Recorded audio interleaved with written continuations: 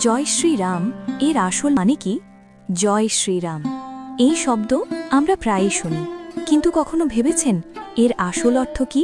এটা কি শুধু একটি স্লোগান, নাকি এর মধ্যে লুকিয়ে আছে গভীর আধ্যাত্মিক শক্তি?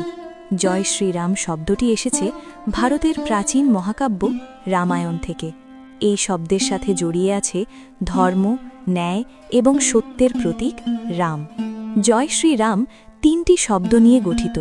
জয় অর্থাৎ বিজয়, শ্রী অর্থাৎ সম্মান, সৌন্দর্য বা ঐশ্বর্য, রাম অর্থাৎ ভগবান রাম, অর্থাৎ শ্রীরামের বিজয় হোক অথবা ধর্ম ও সত্যের জয় হোক।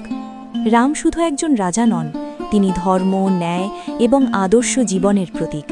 তাই জয় শ্রীরাম বলা মানে অন্যায়ের বিরুদ্ধে দাঁড়ানো এবং সত্যের পথে চলার সংকল্প নেওয়া।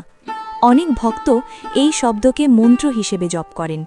বিশ্বাস করা হয় এই নাম জপ করলে মন শান্ত হয় এবং ভয় দূর হয়। অনেক সাধক মনে করেন রামের নামের মধ্যে এক বিশেষ শক্তি আছে। প্রাচীন সময়ে যুদ্ধক্ষেত্রে বা কঠিন পরিস্থিতিতে মানুষ জয় শ্রী রাম বলতো সাহস পাওয়ার জন্য। এটি শুধু একটি ধর্মীয় শব্দ নয়, এটি একটি শক্তি যা মানুষকে সাহস দেয়। জয় শ্রী রাম শুধু একটি স্লোগান নয়, এটি একটি বিশ্বাস, একটি শক্তি এবং একটি জীবন দর্শন।